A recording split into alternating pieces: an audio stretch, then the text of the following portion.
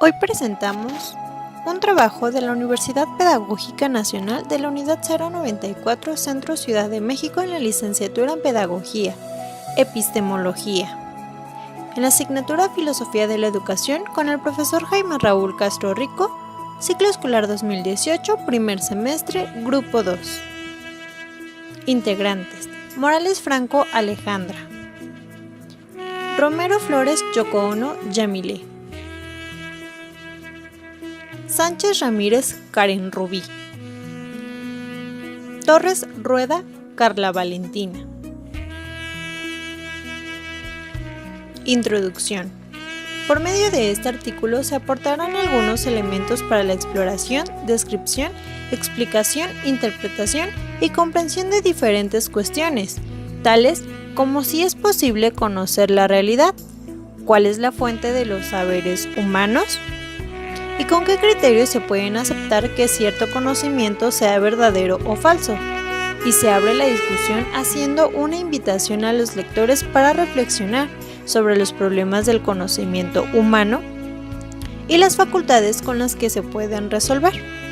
En atención a que el abordaje de la problemática mencionada es muy amplia y rebasa la extensión de un artículo, realizaremos un bosqueo general de los principales problemas del conocimiento y los supuestos con los que se pueden resolver, donde verificaremos definición, características, elementos, función, finalidad, clasificación y otros aspectos, y se precisa la relación entre estos y las capacidades cognitivas del sujeto cognoscente.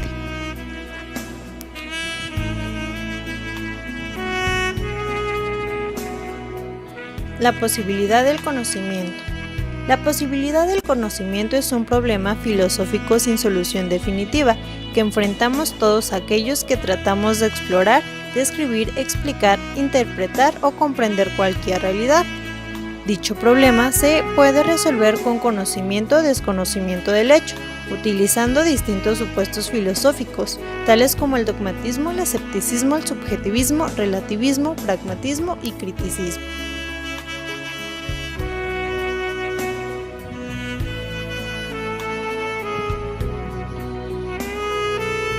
Supuestos filosóficos. Dogmatismo. Afirma la capacidad del ser humano para alcanzar el conocimiento cierto e indudable. El dogmatismo da por supuesta la posibilidad y la realidad del contacto entre el sujeto y el objeto.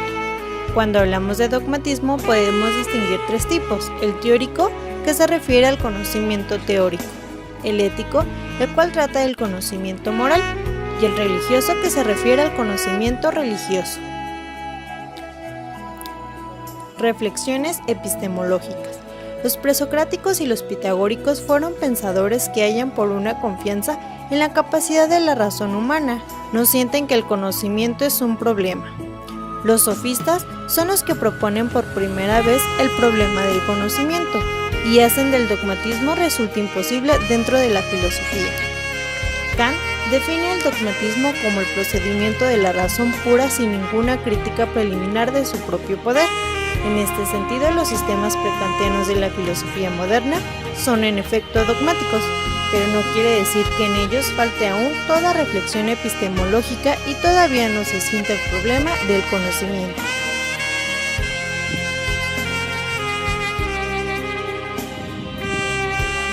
Escepticismo. El escepticismo es generalmente cualquier actitud de duda hacia el conocimiento, sea este hechos, opiniones o creencias. Igual que el dogmatismo, también el escepticismo se divide en varios tipos: el escepticismo lógico, el escepticismo metafísico, el escepticismo ético y un escepticismo religioso. Finalmente, hay que distinguir entre el escepticismo metódico y el escepticismo sistemático. El escepticismo metódico, su fundador es Pierron de Elis, consiste en empezar poniendo en duda todo lo que se presenta a la conciencia natural como verdadero y cierto, para eliminar de este modo todo lo falso y llegar a un saber absolutamente seguro. Según Pierron, no se llega a un contacto del sujeto y el objeto. A la conciencia cognoscente le es imposible aprender su objeto y como no hay conocimiento ni juicio verdadero, Pierron recomienda la abstención de todo juicio. El escepticismo medio o académico, cuyos principales representantes son Arcesislao y Carneades, menciona que es posible un saber riguroso. No tenemos nunca la certeza de que nuestros juicios concuerden con la realidad.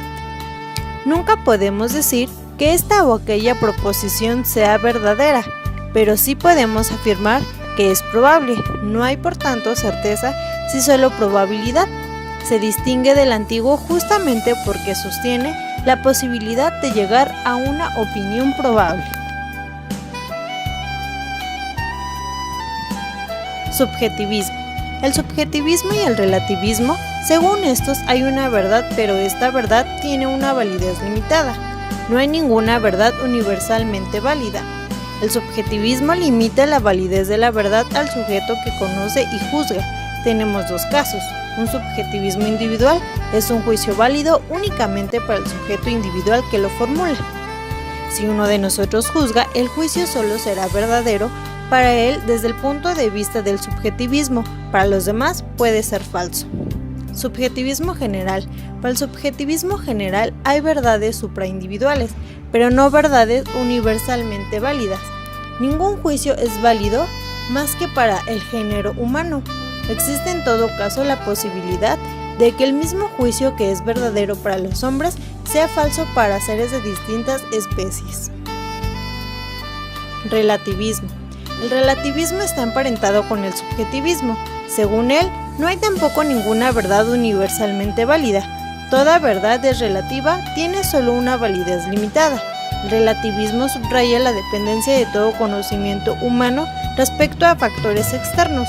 Como tales, considera ante todo la influencia del medio y del espíritu del tiempo, la pertenencia a un determinado círculo cultural y los factores determinantes contenidos en él. Pragmatismo. El pragmatismo abandona el concepto de la verdad en el sentido de la concordancia entre el pensamiento y el ser, pero el pragmatismo no se detiene en esta negación, sino que reemplaza el concepto abandonado por un nuevo concepto de la verdad. El pragmatismo modifica de esta forma el concepto de la verdad, porque parte de una determinada concepción del ser humano. Según él, el hombre no es, en primer término, un ser teórico pensante, sino un ser práctico, un ser de voluntad y acción. Su intelecto está íntegramente al servicio de su voluntad y de su acción. El intelecto es dado al hombre no para investigar y conocer la verdad, sino para poder orientarse en la realidad. Representantes. William James se le considera como el fundador del pragmatismo. Se considera al filósofo norteamericano del cual procede también el nombre de pragmatismo. Schiller es otro filósofo inglés representante de esta dirección, que ha propuesto para ella el nombre de humanismo. El pragmatismo ha encontrado adeptos también en Alemania. Entre ellos se encuentra Friedrich Nietzsche, partiendo de su concepción naturalista y voluntaria del ser humano.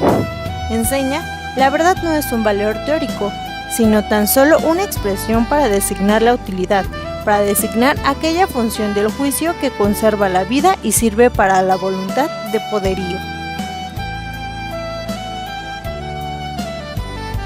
El criticismo.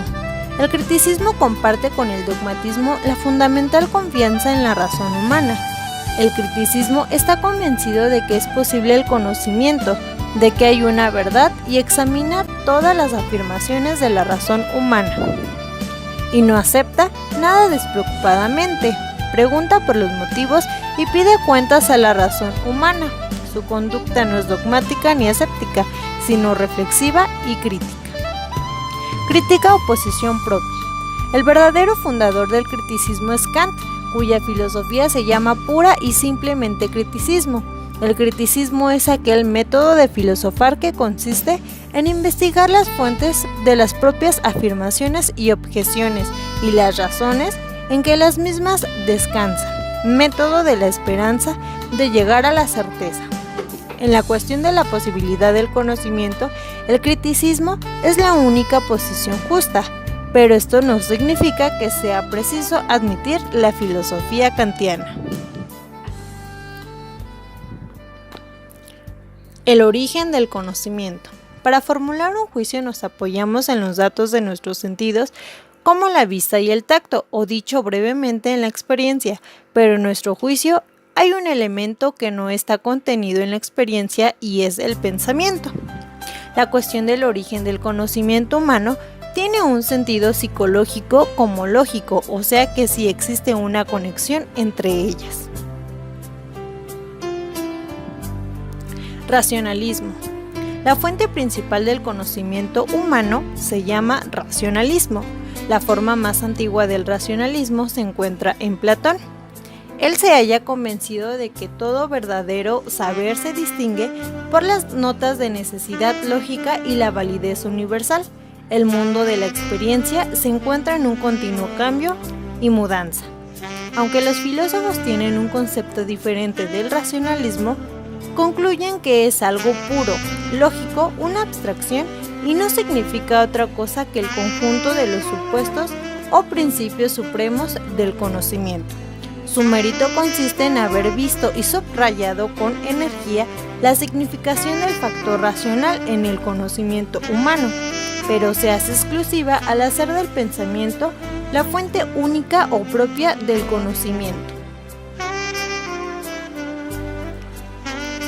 Empirismo. El empirismo opone a la tesis del racionalismo, que dice que la única fuente del conocimiento humano es la experiencia. Se plantea que el espíritu humano es por naturaleza vacío y todos nuestros conceptos, incluso los más generales y abstractos, proceden de la experiencia, mientras que el racionalismo se deja llevar por una idea determinada del conocimiento. El empirismo parte de los hechos concretos y justifica su posición con la evolución del pensamiento y del conocimiento humano, y la experiencia se presenta como la única fuente de esa misma. El intelectualismo. El intelectualismo es aquella dirección epistemológica que es mediadora del racionalismo y el empirismo. Este consiste, junto con el racionalismo, que hay juicios lógicamente necesarios y universalmente válidos. Esta corriente dice que la conciencia cognoscente lee según en la experiencia y saca sus conceptos de la experiencia. Este punto de vista epistemológico ha sido desenvuelto en la antigüedad y su fundador fue Aristóteles.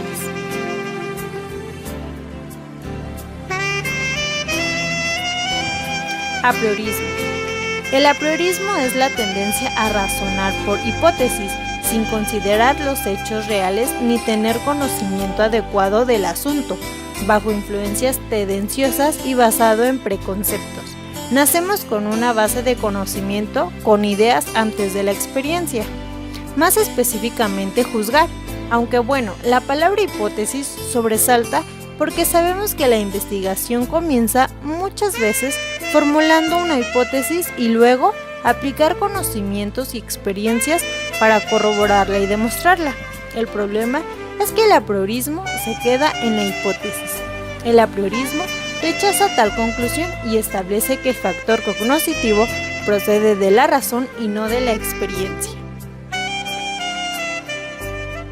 La esencia del conocimiento.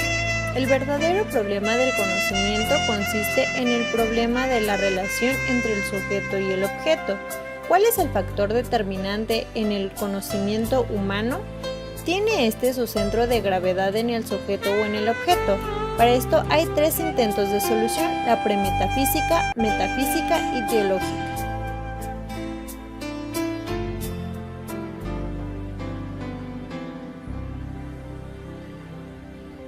Soluciones premetafísicas. Objetivismo. El objeto es el factor más importante de los dos elementos involucrados en la relación cognoscitiva. El objeto determina al sujeto. Este debe ser regido por aquel. En este sentido reside la idea central del objetivismo, ya que los objetos son algo dado, algo que presenta una estructura totalmente definida, estructura que es reconstruida por la conciencia cognoscente. Subjetivismo. Trata de fundar el conocimiento humano en el sujeto. Para conseguirlo, instala el conjunto de los principios de conocimiento en un sujeto. Este se convierte en el pedestal que sostiene la verdad del conocimiento humano. Lo peculiar del conocimiento ya no consiste en enfrentarse con un mundo objetivo, sino en volverse hacia aquel sujeto supremo, por ende se haya fundado en lo absoluto en Dios.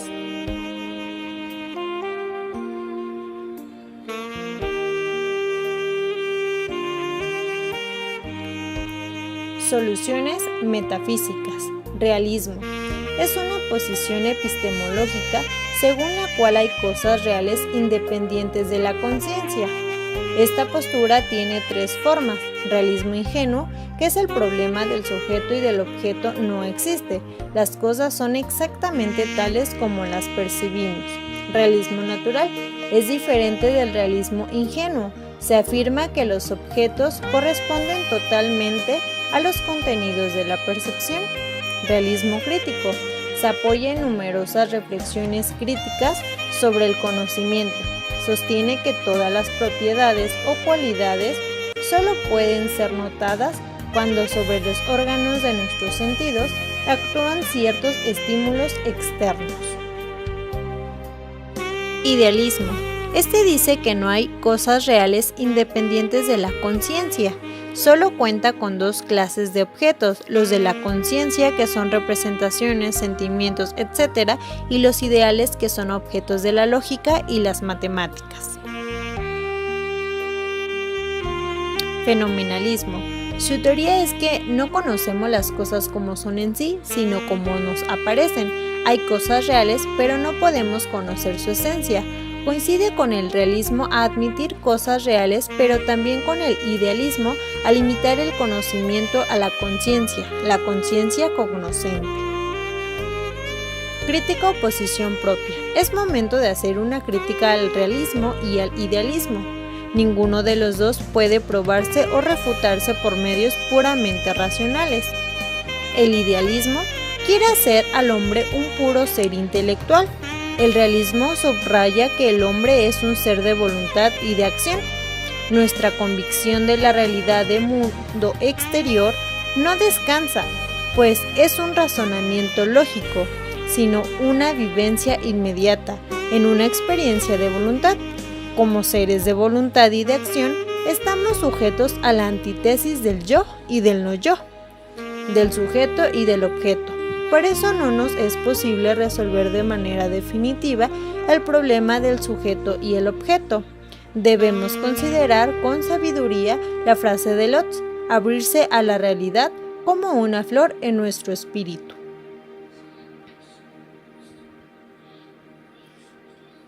Soluciones teológicas. Monista panteísta.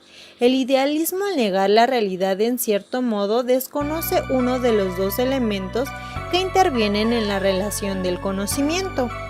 El realismo permite que ambos coexistan.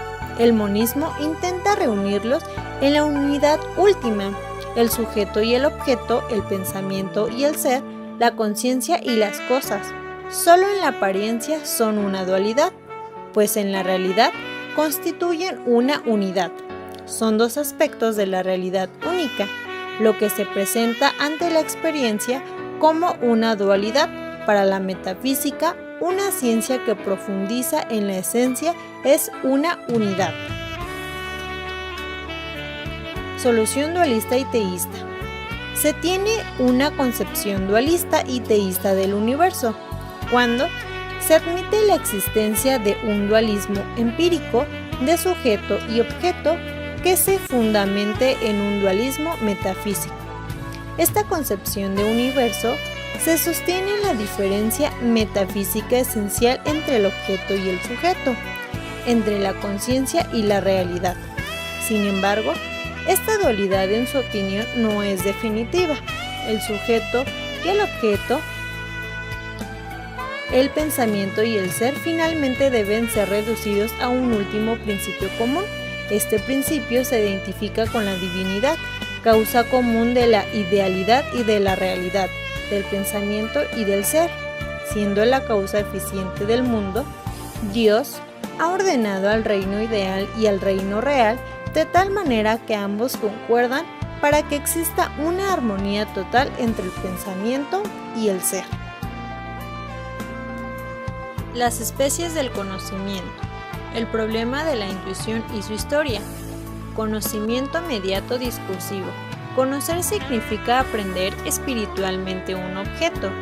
Consta de una pluralidad de actos en la que la conciencia cognoscente requiere evaluar desde distintas perspectivas un objeto para aprenderlo realmente. Conocimiento inmediato intuitivo. Conocer viendo se aprende inmediatamente al contemplar el objeto. Es una intuición espiritual que puede valerse, por ejemplo, del principio de contradicción, el cual dice que hay una estrecha relación entre lo que es y lo que no es, marcada por la diferencia misma. El rojo y el verde son colores distintos. El rojo no es verde ni viceversa.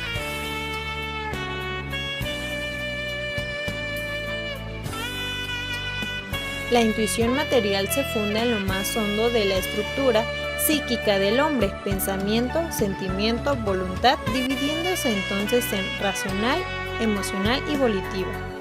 Los llamamos intuición porque en todo caso hay una aprehensión inmediata de un objeto. De hecho, se llega a la misma división desde su estructura. Todo objeto presenta esencia, existencia y valor.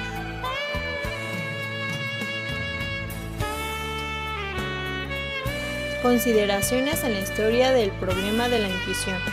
Platón. Intuición espiritual de tipo material estrictamente racional. Piensa que las ideas son intuidas espiritual e inmediatamente por la razón.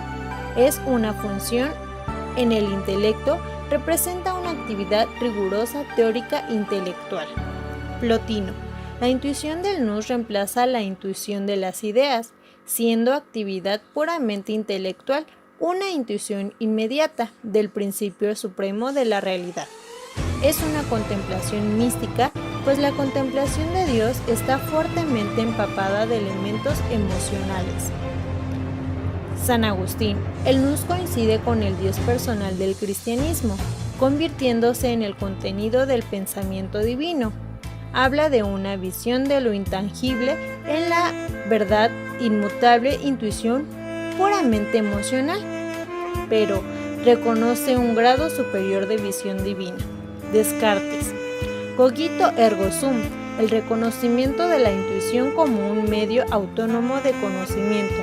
Encierra una autointuición inmediata. Los actos del pensamiento son inmediatamente reales existentes, una intuición material que se refiere a un hecho metafísico. Pascal reconoce la intuición como una fuente autónoma del conocimiento, con su afirmación: Le cour hacéis razón, que la razón ne connaît pas contempla no solo el conocimiento por el intelecto, sino un conocimiento por el corazón, conocimiento racional y conocimiento emocional.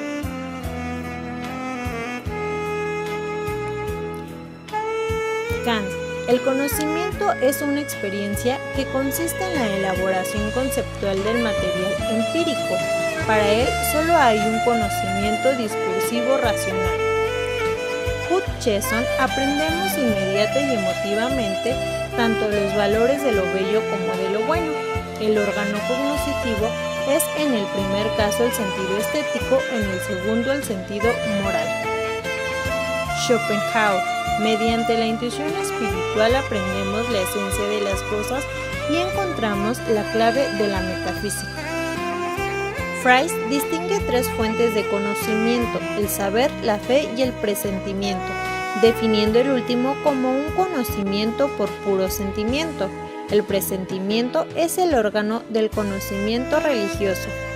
Hernán Coe, fundador de la escuela Marburgo, se vuelve contra las predicciones de la intuición. Esta es, según él, una ilusión y por ende la viva contradicción del pensamiento científico. En otras palabras, solo hay un conocimiento racional discursivo y un método racional deductivo fundado en él.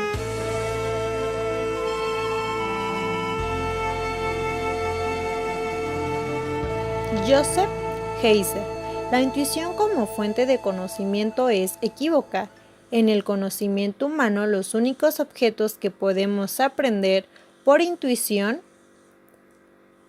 son las realidades individuales de nuestra percepción interna y externa.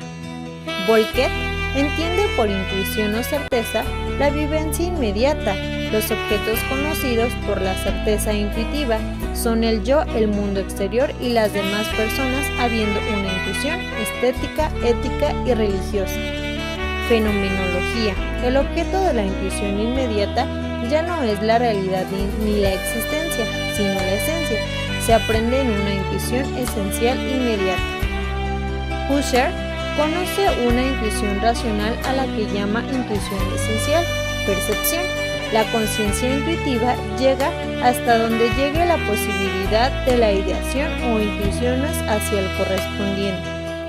Scheler admite además una intuición emocional y ve en ella el órgano del conocimiento.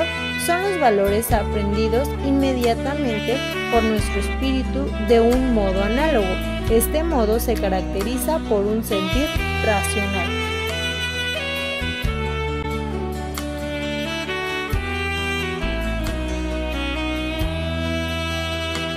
Razón y sin razón del intuicionismo. El admitir o rechazar un conocimiento intuitivo junto al discursivo racional depende ante todo de cómo se piense sobre la esencia del hombre. Quien vea en el hombre exclusiva o preponderadamente un ser teórico, cuya principal función es el pensamiento, solo admitirá un conocimiento racional. Quien está, por el contrario, en contacto con las realidades concretas de la vida, se convence pronto de que el verdadero centro de gravedad del ser humano no reside en las fuerzas intelectuales, sino en las emocionales y volitivas. Pero el reconocimiento de la intuición no significa el fin de todo conocimiento científico, no significa abandonar la validez universal y la demostrabilidad que constituyen el alma de todo conocimiento científico. Frente a esta objeción debemos hacer una distinción. Esfera teórica. La intuición no puede pretender ser un medio de conocimiento autónomo, con los mismos derechos que el conocimiento racional discursivo. La intuición no puede ser nunca la base última de la validez de ningún juicio en la esfera teórica, ni por ende en la metafísica. Esfera práctica. La intuición tiene en esta una significación autónoma. Como seres que sentimos y queremos, la intuición es para nosotros el verdadero órgano del conocimiento. En tanto el intuicionismo no enseñe otra cosa que la razón está de su parte. La última instancia en esta esfera es la razón, y toda intuición ha de someterse a su examen.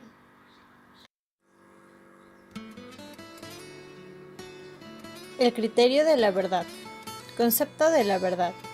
No es bastante que nuestros juicios sean verdaderos, necesitamos la certeza de que lo son. ¿Qué nos presta esta certeza? ¿En qué conocemos que un juicio es verdadero o falso? Concepto de la verdad. Concepto trascendente de la verdad realista. Para la conciencia natural, la verdad del conocimiento consiste en la concordancia del contenido del pensamiento con el objeto.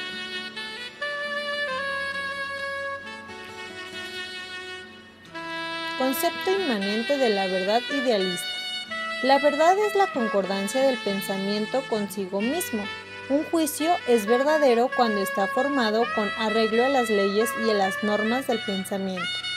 La decisión sobre cuál de ambos conceptos de la verdad sea el justo se halla implícita en la posición que hemos tomado en la discusión entre el idealismo y el realismo.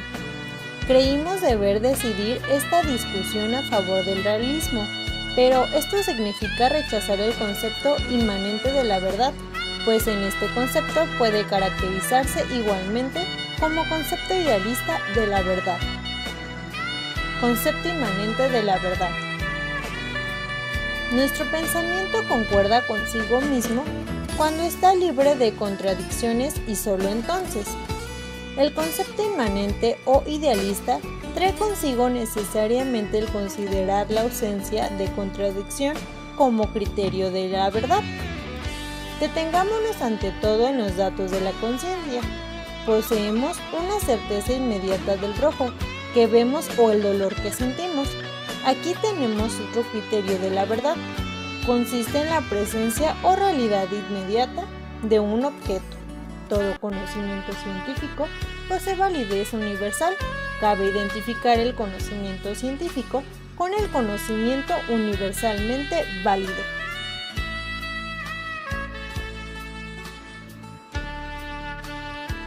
Conclusión. Hemos concluido con la exploración de los supuestos filosóficos y el análisis de los problemas del conocimiento. Finalmente, llegamos a cuestionarnos, ¿cuál de todos los supuestos filosóficos con los que se puede resolver el problema sobre la posibilidad del conocimiento es el mejor? Analizando detalladamente podríamos mencionar que ninguno, ya que en términos epistemológicos solo son conjeturas, opiniones derivadas de la razón, los sentidos o de ambos y ontológicamente la elección